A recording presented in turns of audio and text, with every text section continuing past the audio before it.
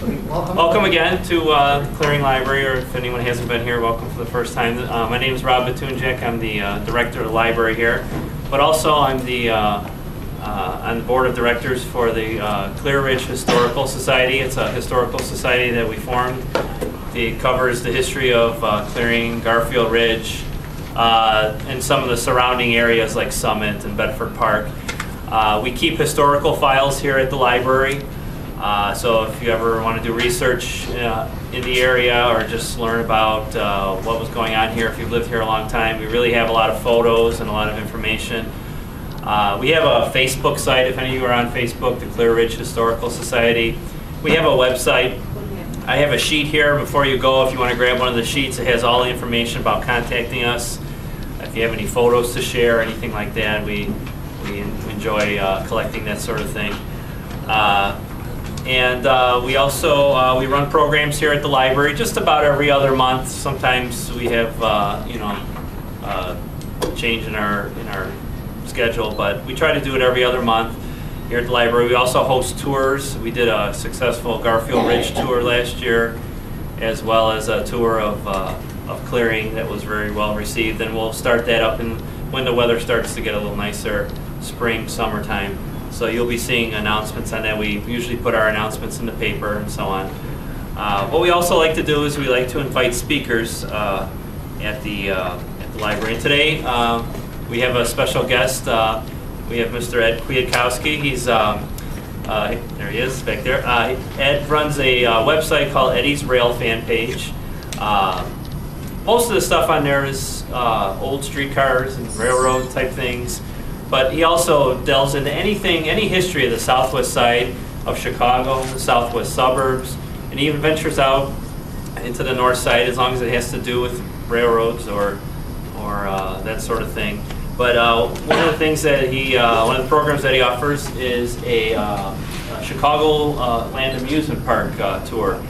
He's collected photos, home movies, and various items over the years, and he's going to talk about some of the parks that are long gone that some of us remember. Some of them have just recently been torn down, and some have been gone for many years. So without further ado, Ed, welcome Ed Kwiatkowski.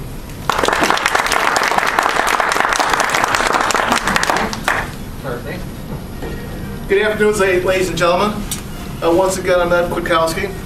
I'm the host of Eddie's Rail Fan Page. If anybody's looked up my site online, has anybody gone online to see Eddie's Rail Fan Page? Okay, we got a few people, all right, very good. Of course, one of my #1 fans, Anthony. Okay.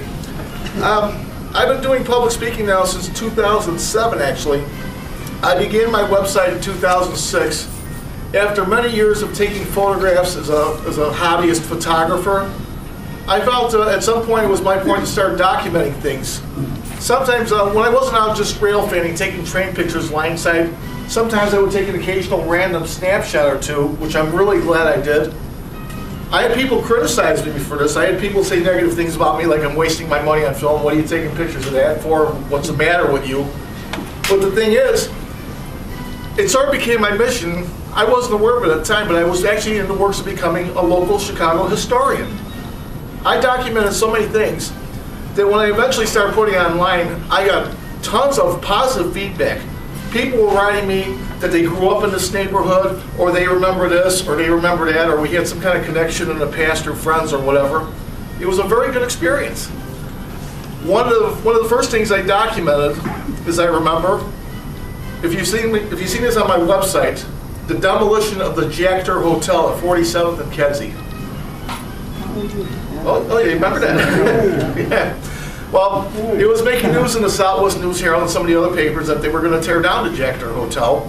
So I went out there. My first pictures were New Year's Day, 1983, which was mild like it is now. Went out there with my, I had a pocket camera back then. I didn't have my 35mm yet. Took a handful of snapshots. I had got it as it was before. And then, of course, I went later on in February and March and got some of the pictures of the demolition. That particular set of pictures is one of the most popular I've had on my website. I've had tons of hits, and I also heard tons of scandalous stories about the place. Well, I won't go on forever about the Jackter Hotel, but I'm going to go on about today's presentation.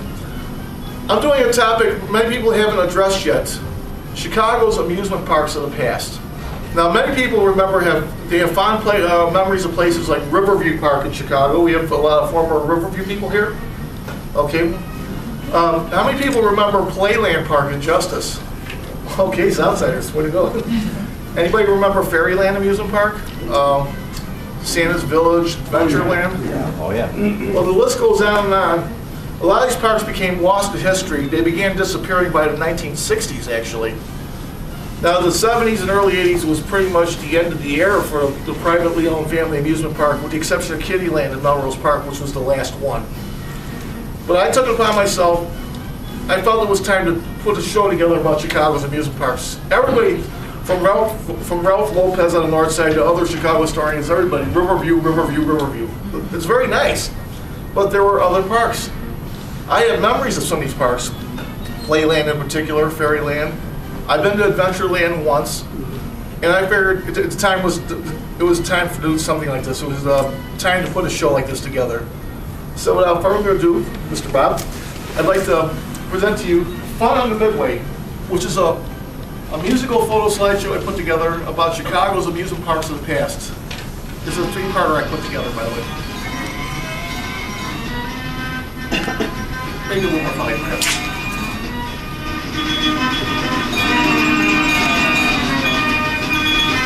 Is that fine on the volume? Of course, many of the photos that are seen in this presentation were gathered from various sources on the internet. Most importantly of all, some of these photographs are copyrighted. And the most important disclaimer of all coming up: all rights are reserved. That's how I get away with doing this stuff. Of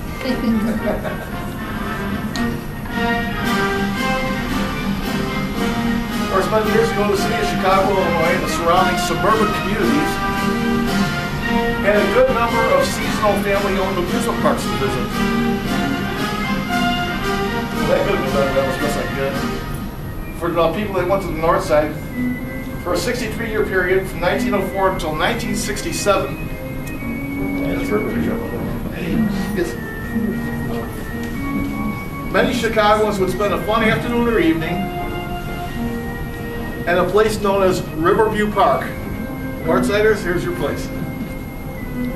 At one time, Riverview Park was the largest amusement park in the nation, supposedly. I think this was in the back part of the park toward the river. They had the game booths. Riverview Park was located on Northwestern Avenue in Chicago. Was surrounded by West Belmont Avenue to the south,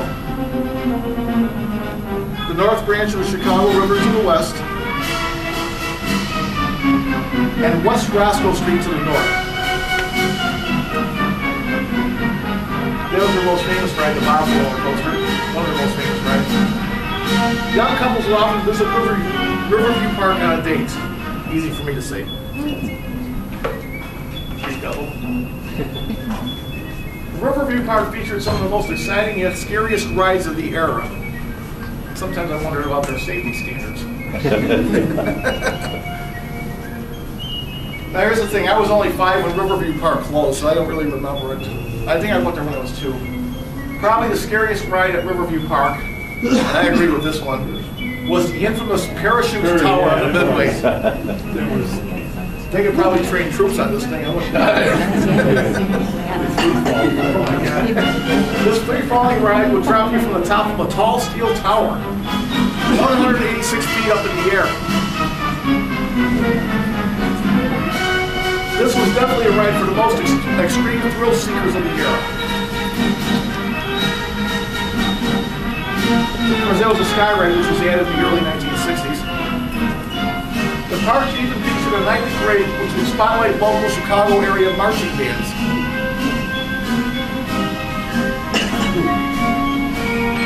Riverview Park's own Aladdin's Castle Funhouse was a landmark many people remember from Riverview Park. Am I saying that right? Oh yeah, sure is. Of course, that was a Stratostrats, the predecessor of United Airlines. Riverview Park was a colorful place to visit both day and night. That was the merry-go-round building, I believe, which was toward the back of the park. That concession stand looks good. My favorite Coca-Cola sign of all time, the point of Adventureland. Lives from Pharmacy had one of those on 63rd. On hot summer days, this is true in all the parks today, there was nothing like the Shoot the Chutes water ride, Oh, yeah. or any water ride for that matter. Especially the ones that you're close with. Nice picture. A popular theory about Riverview's eventual demise, this is the one I've heard from many people, was a rise in the local Chicago crime rate, particularly the Roscoe Village area around Riverview. Riverview Park suffered from a lack of sufficient security inside the park. I heard later they had their own police force. Reports of purse snatchings, gang activity, strong arm robberies in the restrooms, and muggings gave this once pleasant local Chicago family fun attraction a bad reputation. I remember those little bit.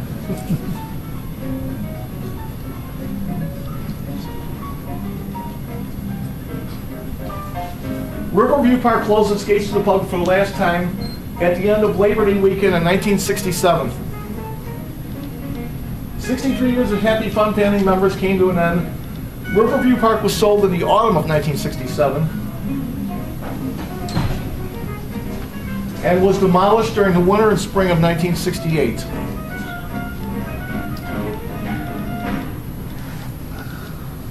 Sad times. After Riverview Park had closed, many families began visiting amusement parks in Chicago's outlying suburbs.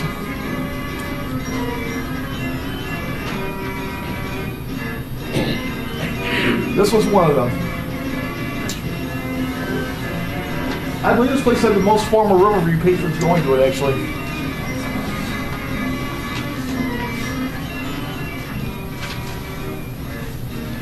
From the late 1960s through 1977, many former Riverview patrons began visiting Adventureland.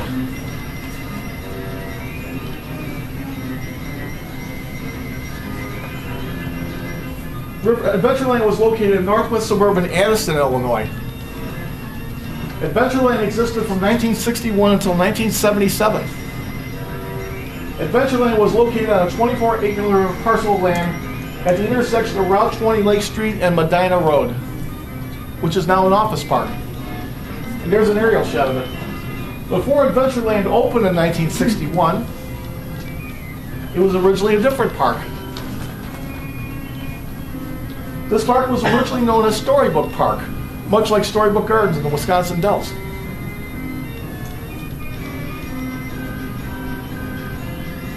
That was still there when I went there. It was Windy Wilbur.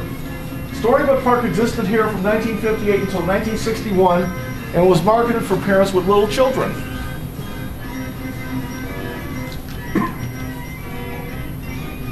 Many of the statues and kiddie rides from the previous Storybook Park lasted here until Adventureland closed in 1977. That was an exhibit called Peter Pumpkin Eater, who used to work for my company. We had a safety supervisor named Peter. They used to harass him all the time.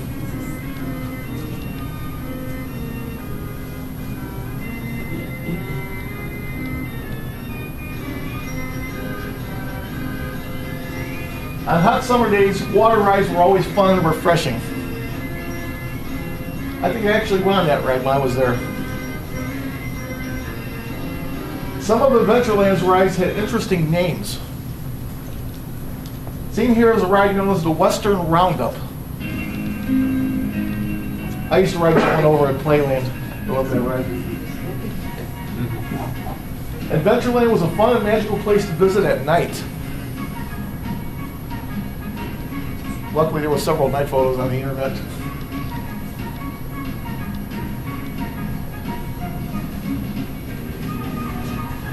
That is nice.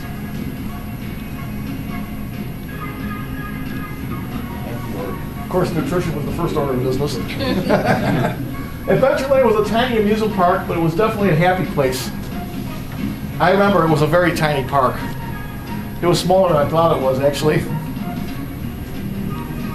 Some of the advertisements I found online. That was their train ride, I remember. Playland Park had a similar train ride. That was one of their advertisements. The roller coaster was called the Super Italian Bobs. Oh yeah. No, it wasn't a doo-wop group either. All the rides on the Midway, a picnic grove setting, and carnival-style arcade games had kept the fun and action alive here for 16 years. Look at that, a hamster wheel for grown-ups.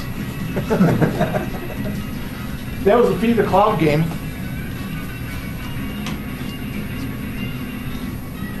That was a very ancient-looking Ferris wheel, as I recall. Everybody dressed like the Brady Bunch back then. An early go-kart.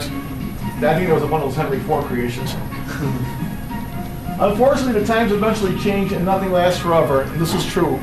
That's why it's important to get out there and take pictures. This is why Adventureland closed.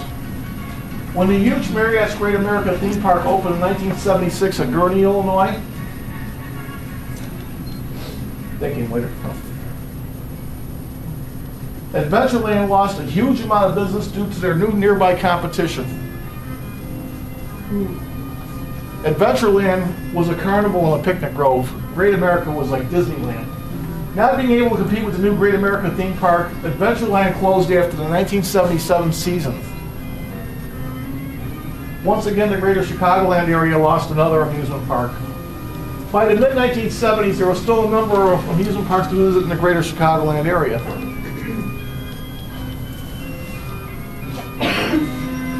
Now this is the local one. In southwest suburban unincorporated Justice, Illinois, Playland people, this is for you.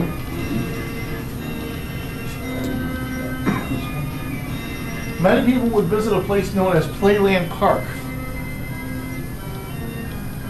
By the way, Mr. Rob Patunja here set me up with these photographs. Let's have a round of applause for Rob. Playland Park had opened during the 1950s and was located near Willow Springs, Illinois. Now, I heard one story recently that they actually opened in 1949. Still learning. This I remember, this is the East Midway. Playland Park was located along the North Frontage Road of the Illinois Route 294 Tri-State Tollway. That was on the South Midway. I used to love that ride, the Scrambler. It was located just west of Illinois Route 171 Archer Road.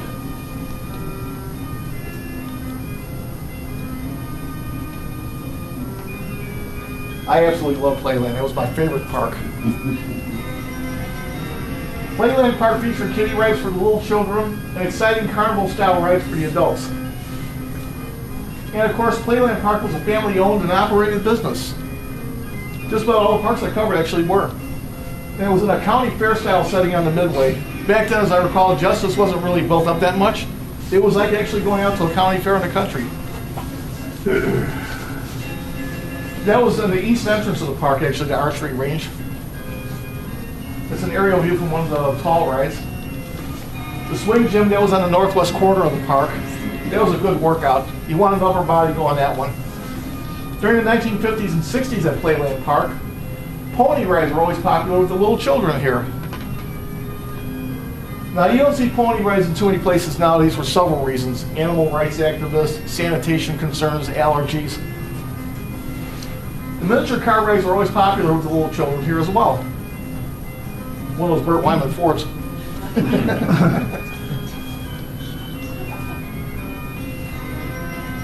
They could use those groves on Belmont Avenue, those grooves in the street like that, believe me. A great time to visit Playland Park was at nighttime. I actually went to Playland Park at night a couple of times. Absolutely loved it.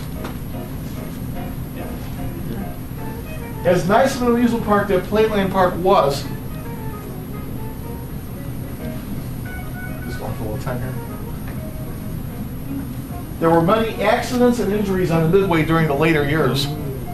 I heard stories of people were falling out of the rides. Playland Park had closed for good at the end of the 1979 season after the sudden and untimely death of the park's owner. At least that's what I heard originally. I've heard several stories since that time. However, there were still a number of local amusement parks to visit for the time being. And of course, this was produced by yours truly. We can wrap it up on this one. I have a few others.